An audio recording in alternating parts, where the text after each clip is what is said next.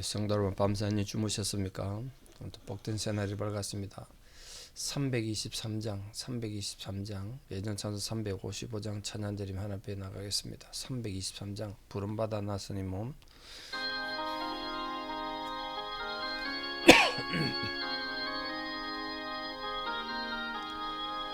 부름받아 나서니 몸 어디든지 가오리다.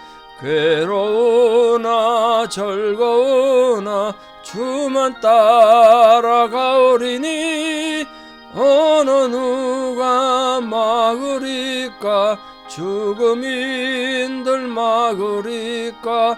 어느 누가 막으리까? 죽음인들 막으리까? 악을 골짜 핀들에도 복음 들고 가오리다. 소돔 같은 거리에도 사랑 안고 찾아가서 종의 몸에 지닌 것도 아낌없이 드리리다. 종의 몸에 지닌 것도 아낌없이 드리리다. 종기 영광 모든 권세 주님 홀로 받으소서. 멸시천대 십자가는 제가 지고 가오리다. 이름 없이 빛도 없이 감사하며 섬기리다. 이름 없이 빛도 없이 감사하며 섬기리다. 아멘. 사도신경으로 신앙 고백드리겠습니다. 나는 전능하신 아버지 하나님 천지의 창조주를 믿습니다. 나는 그의 유일하신 아들 우리 주 예수 그리스도를 믿습니다. 그는 성령으로 잉태되어 동정녀 마리아에게서 나시고 본디오 빌라도에게 고난을 받아 십자가에 못 박혀 죽으시고 장사된 지 사흘 만에 죽은 자 가운데서 다시 살아나셨으며 하늘에 오르시어 전능하신 아버지 하나님 우편에 앉아 계시다가 거기로부터 살아있는 자와 죽은 자를 심판하러 오십니다. 나는 성령을 믿으며 거룩한 공교회와 성도의 교제와 죄를 용서받는 것과 몸의 부활과 영생을 믿습니다. 아멘. 2025년 2월 21일 금요일 새벽 하나님 주신 말씀 누가복음 13장 1절에서 9절입니다. 누가복음 13장 1절에서 9절 누가복음 13장 1절 봉독에 올립니다. 그때 마침 두 사람이 와서 빌라도가 어떤 갈릴리 사람들의 피를 그들의 제물에 섞은 일로 예수께 아뢰니 대답하여 이르시되 너희는 이 갈릴리 사람들이 이같이 해받음으로 다른 모든 갈릴리 사람보다 죄가 더 있는 줄 아느냐? 너희에게 이르노니 아니라 너희도 만일 회개하지 아니하면 다 이와 같이 망하리라.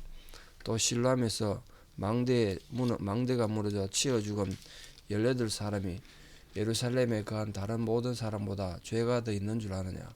너희에게 이르노니 아니라 너희도 만일 회개하지 아니하면 다 이와 같이 망하니라. 이에 비유로 말씀하시되 한 사람이 포도원에 무화과나무를 심은 것이 있더니 와서 그 열매를 구하였으나 얻지 못한지라. 포도원 지기에게 이르되 내가 3년을 와서 이 무화과나무에서 열매를 구하되 얻지 못하니 찍어버리라. 어찌 땅만 버리게 하겠느냐?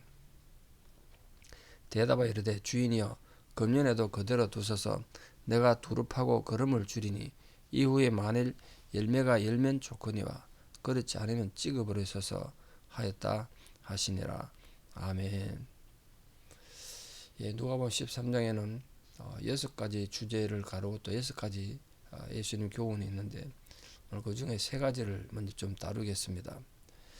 예수님께서 교육을 하시는 중에 두세 명이 두 사람이니까 와서 이 빌라도가 어떤 갈릴리 사람들이 제사 드리는데 그 갈릴리 사람들 피를 갖다가 그들 제물에 섞었습니다.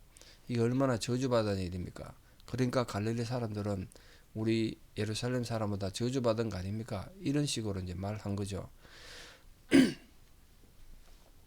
자, 이 사건이 실제로 언제 어디에서 있었는지 왜 일어났는지는 정확히 알 수는 없습니다. 그런데 이 빌라도가 굉장히 악했고 성경에는 그런 악행이 기록되지 않은데 아마 거의 유일하게 기록된 빌라도의 악행이 아닌가 이렇게 생각합니다.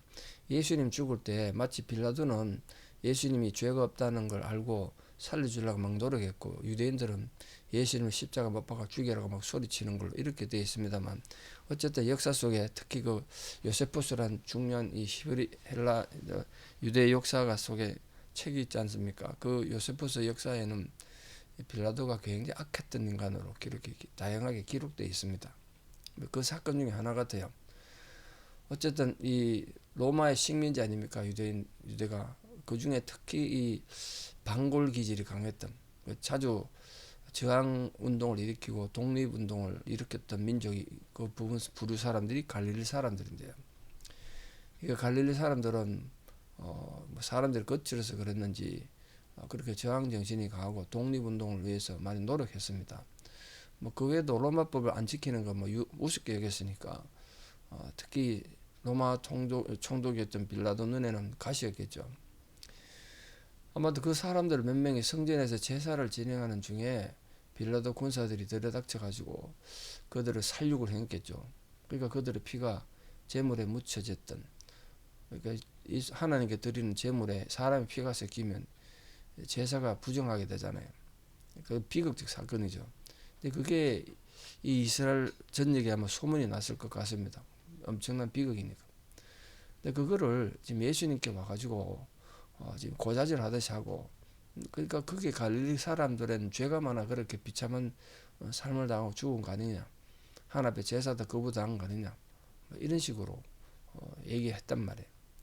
거기에 대한 예수님의 가르침을 주고 있습니다. 어쨌든 요세푸스 책에 의하면 갈릴리 사람들은 굉장히 거칠고 소요를 자주 일으켰다, 그렇게 되어 있습니다. 이걸 예수님에게 고자질했던 사람들은 그래도 당신이 자꾸 우리를 보고 회개하라고 그러고 잘못됐다 그러지만 갈릴리 사람들에 비하면 예루살렘에 사는 자기들이 선하고 착하고 의인이 아니냐, 그런 뉘앙스로 지금 갈릴리 사람들을 참소한 거죠. 참소, 고발했단 말이에요. 근데 그때 예수님 뭐라고 그러셨습니까? 갈릴리인들의 죽음과 그들의 비극적인 이 제사가 하나님의 진노다, 이렇게 일반인이 생각했는데 그걸 깨뜨리신 거예요. 갈릴리 사람들만 죄가 많아 그렇게 죽었냐? 아니란 거죠.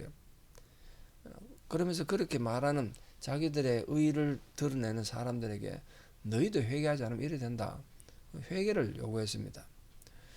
당시 유대인들은 사람들이 심각한 어려움에 당하거나 과부가 되거나 아들을 낳지 못하거나 이런 여러 가지 병에 걸리거나 그런 불행이 전부 죄의 결과라고 생각했단 말이에요. 굉장히 잘못 생각한 거죠.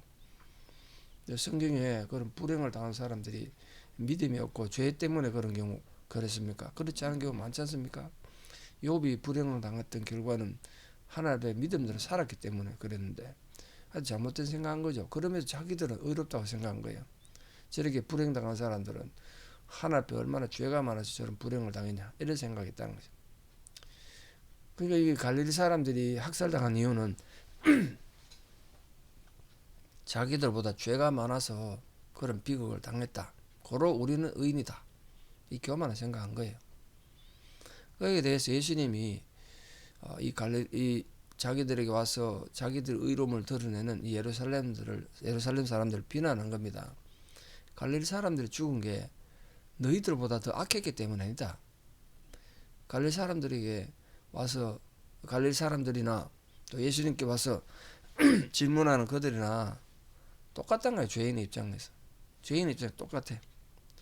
우리도 때로는 우리 눈 속에 있는 들보는 보지 못하고, 지붕 짓는 큰 들보는 우리 눈 속에 있는 건 보지 못하고, 다른 이웃의 티를 보고 정죄하고 비웃는 게 얼마나 많냐. 그 하나님 보시기 똑같은 거죠. 너는 네가 의인이라 생각하냐? 네 눈 속에 있는 들보는 보지 못하냐? 그걸 비판하시는 거죠. 그러시면서 예수님께서 형제를 향해서 정죄할 게 아니라 형제의 모습 속에서 그래 너희들 말따나 갈릴리 사람들이 그렇게 죄가 많아 죽었다 치자. 그럼 그걸 보고 너희도 깨닫고 회개해야지. 이런 뜻으로 말씀하셨습니다. 아마 그렇게 말씀하셔서도 사람들이 제대로 못 깨달았는지 예수님께서 직접 또 이런 비유로 말씀하셨다. 분명히 비유로 말씀하셨습니다. 예루살렘에서 일어났던, 그러니까 누구나 아는 사건이 있었단 말이에요. 그게 실로암 지역에, 실로암은 연못이 있었고요. 그 실로암에 망대를 지었는데 그 망대가 무너지는 바람에 18명이나 치여 죽은 사건이 있었다는 거예요. 그 예수님 당대에 있었는지 아니면 그게 워낙 큰 사건이라 예루살렘에 사는 사람이 다 아는 사건인지 잘 모르겠습니다. 어쨌든 구체적으로 이 사건이 언제 발생했는지 모르지만 실로암 망대는 이 빌라도가 악을 행했던 것 중에 대표적인 것들이 이 성전에 사람들이 가면서 헌금하지 않습니까? 헌금함이 이랬단 말이에요. 그 헌금함을 깨가지고 헌금함을 탈취해 와가지고 그 돈으로 이 예루살렘 성벽도 보수하고 수로도 만들고 그렇게 했습니다. 그때 이 빌라도가 수로 만드는 그 일부에 실로암에 연못이 있으니까 연못을 관리해야 되니까 거기 이제 연못을 지키라고 망대를 세웠단 거죠. 중요한 자리니까. 근데 그게 무너졌단 말이에요. 그러니까 이 공사하던 사람들 18명이 깔려 죽은 거죠. 그거를 지금 다 알고 있다, 예루살렘 사람들이. 예수님께서 망대에 깔려 죽은 18명 사람이 다른 사람보다 죄가 많아 죽은 게 아니다. 그걸 말하는 거예요. 지금 갈릴리 사람이 빌라도가 죽었다가 죄가 많다고 생각하는 이 예루살렘 사람들에게 너희들이 알지 않냐? 예루살렘 망대가 무너진 건 예루살렘 사람들 다 죽은데 그럼 그 사람들이 너희들보다 죄가 많아 죽었냐? 아니란 거지. 똑같은 거다. 누구든지 회개하지 않으면 이런 일이 벌어진다. 회개의 긴급성을 알리고 자기들은 어렵다는 착각 속에서 벗어날 걸 말했습니다. 우리 다 아는 것처럼 하나님 앞에서 죄인 아닌 사람이 한 명도 없습니다. 죄인 아닌 사람이 누가 있겠어요? 하나님 앞에. 회개할 기회가 주어졌음에도 불구하고 회개하지 않는 자는 앞에 죽은 18명이나 갈릴리 사람들은 마찬가지로 미래 멸망을 향해 달려가는 것과 같다는 거예요. 그래서 예수님의 복음은 정말 복된 소식이죠. 죽은 사람을 살리고 정말 영생을 주는 말씀입니다만 그 복음을 듣고도 회개하지 않으면 복음이 의미가 없어요. 오히려 복음이 멸망의 선구장이 되는 겁니다. 사람 살리고 영생을 주는 복음인데 그걸 어떻게 받아들이고 어떻게 행동하냐에 따라서 영생을 누리는 생명의 증거가 되기도 하지만 잘못하면 멸망의 사형선구장이래요. 복음이 사형선구장. 여러분 예수님의 사복음서가 사형선구장이 될 수 있다는 거 아십니까? 그거 무서운 거죠. 오늘날도 우리가 뭐 온갖 재난이나 사건을 접하지 않습니까? 그런 걸 보면서 예수님 재림이 가까웠다는 걸 알아야 되죠. 그런 심령 상태를 좀 돌아보면서 겸손하게 신앙생활을 해야 한다. 그에 덧붙여서 예수님이 무화과나무 비유를 말씀하셨습니다. 한 밭에 어떤 사람이 포도밭에 무화과를 심었는데 3년이 지났는데도 무화과가 열매가 없다는 거예요. 그걸 잘라버리라. 그렇게 말했다는 거예요. 이게 다 비유예요. 무화과나무에서 비유는 이 유대 백성들을 나무에 비유해요. 이 무화과나무가 유대 백성들이다. 그 열매는 회개의 열매를 말하는 거고 주인은 지금 하나님을 말하고 이 과원직이 1년만 더 두시면 내가 두릅하고 비료도 잘 주고 열매 맺도록 하겠습니다라고 말하는 사람은 예수님을 상징해요. 그 비유를 말하는 거예요. 보통 무화과나무는 1년에 2번 열매를 맺는데요. 이 연도 월은 우리랑 좀 다릅니다만 이스라엘 사람과 원력이 우리가 다르기 때문에 4월에 잎이 나기 시작해가지고 5, 6일에 한번 열매를 맺히는데 그때는 그걸 겨울 무화과라 그럽니다. 우리랑 이게 반대라서 그래요. 8월, 9월 되면 또 무화과 또 한번 맺히는데 그 여름 무화과라 그래요. 1년에 2번 열매를 맺습니다. 근데 무화과가 큰 무화과는 뭐 9m까지 자란다니까 우리 동네도 무화과 크게 자란 거 엄청 크게 자라잖아요. 그런 무화과인데 특별히 이 무화과는 주인의 사랑을 받았던 무화과입니다. 왜냐하면 무화과나무 심겨진 곳이 어디냐? 포도밭에 포도밭에 심은 거다. 포도원에 무화과를 심는 일은 잘 없거든요. 포도원에 뭐가 심어버리면 포도가 다친단 말이야. 근데 오늘 주인이 이 무화과 나무에 대한 사랑이 너무 컸기 때문에 특별한 사랑과 돌봄을 받기 위해서 포도원에다가 무화과 나무를 심었어요. 이 포도원도 결국 이스라엘을 상징합니다만 이 주인의 각별한 사랑과 돌봄을 받았다는 뜻입니다. 그런데도 열매를 하나도 못 맺었어. 3년이 지나도록. 그리고 당장 찍어버려라. 멸망의 경고잖아요. 그때 과원직이 예수님이 하나님에게 이렇게 말한다는 거예요. 자신이 걸음을 주고 정성껏 돌봐줄 테니까 1년만 늦춰달라. 그 무화과 나무에게 다시 한번 기회를 주도록 간청했습니다. 이 비유가 말씀하는 핵심이 뭐냐면 회개가 중요하다. 회개 중요해. 그리고 하나님이 오늘도 참고 계신다. 당장 무화과 나무 잘라버릴 텐데 오늘도 참고 계신다는 회개의 필요성과 하나님의 참으심을 나타내고 있습니다. 이 비유는 하나님의 선민으로서 온갖 특혜를 누리고 살던 유대인들이 회개하지 않을 경우에는 준엄한 심판이 예비됐다는 사실을 예수님이 강조하시면서 우리는 의인이라는, 갈릴리 사람들은 죄인이고 우리는 의인이라는 착각 속에 빠져있는 이 예루살렘 사람들, 특히 유대인들에게 회개해야 된다는 걸 분명히 지금 강조하는 겁니다. 오늘 무화과 나무고 비유가 주는, 우리에게 주는 교훈도 있죠. 첫 번째는 무엇보다 우리도 다 죄인이지 않습니까? 죄 짓고 삽니다. 살아온 날만큼 죄가 쌓입니다. 그래서 중요한 게 뭐라고요? 회개하는 삶이다. 회개하는 삶. 주인이 무화과 나무를 심은 목적은 열매를 맺기 위한 것이었던 것처럼 하나님께서 우리에게 원하시는 열매는 뭐라고요? 회개하는 삶이에요. 회개. 또한 잘못하면 땅만 축내는 삶을 삽니다. 땅만 내버리는 삶을 살아요. 우리 신앙이 잘못 살면 오늘 열매 맺지 못하는 무화과가 이 소중한 포도밭 그 땅만 내버리고 있지는 않은지 회개하지 않으면 하나님 주 삶의 소중한 기회를 낭비만 하는 거예요. 땅만 축내는 거예요. 마지막 결론적으로 우리 인생이 신앙인으로서 정말 심판을 준비하는 종말 삶을 살고 있는가? 우리 기독교에는 종말 신앙이라고 그러는데요. 언젠가 끝이 있다는 걸 알고 살아야 된다면.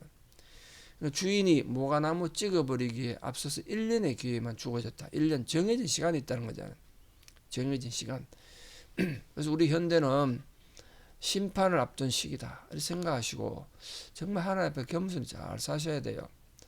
사도 바울이 로마서에서 이렇게 경고했는데 네 고집과 회개치 아니한 마음을 따라 진노의 날 곧 하나님의 의로우신 판단이 나타나는 날에 이 말 진노를 네게 쌓는구나 이렇게 경고했는데 우리 모든 성도님들 오늘 가르치신 이 갈릴리 사람들의 비극이나 또 망대가 무너져 신라 망대 무너져서 14명 죽은 거나 이 무화과나무의 비유를 통해서 우리에게 주는 교훈은 회개에 합당한 열매를 맺고 하나님의 거룩하신 백성으로 살아가는 복된 성도 다 되시기를 진심으로 축복합니다. 기도드리겠습니다.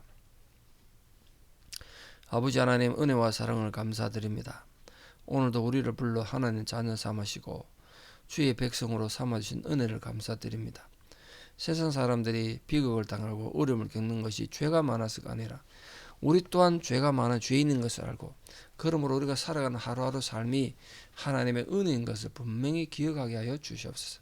모든 것이 하나님의 은혜이므로 은혜 가운데 살아가는 저희들 에게 도와주시기를 간절히 기도드립니다. 내일 저희 교회에서 천국 안수 예배가 2번이나 있는데 슬픔을 당한 유족들을 주님께 돌봐주시고 또 함께 마음을 상하고 슬픔을 겪는 우리 모든 성도들 마음에도 주님의 위로와 은총이 함께하여 주시옵소서.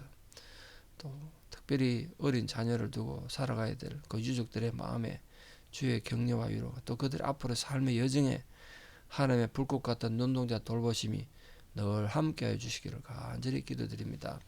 이제는 우리 주 예수 그리스도의 은혜와 하나님 아버지의 만극하신 사랑과 성령님의 위로 교통 역사하심이 오늘도 주신 주님의 귀한 말씀 이 교훈을 가슴에 새기고 회개에 합당한 열매를 맺어 하나님의 기쁨이 되기를 결단하는 사랑하는 성도님들의 위대한 신앙 고백 위에 또 우리 사랑하는 모든 자녀들 삶 위에 또 특별히 지금도 병상에서 하나님의 은혜를 간구하는 고난 가운데 있는 모든 성도님들 상황 위에 이제부터 영원토록 함께 하시옵기를 간절히 축원하옵나이다.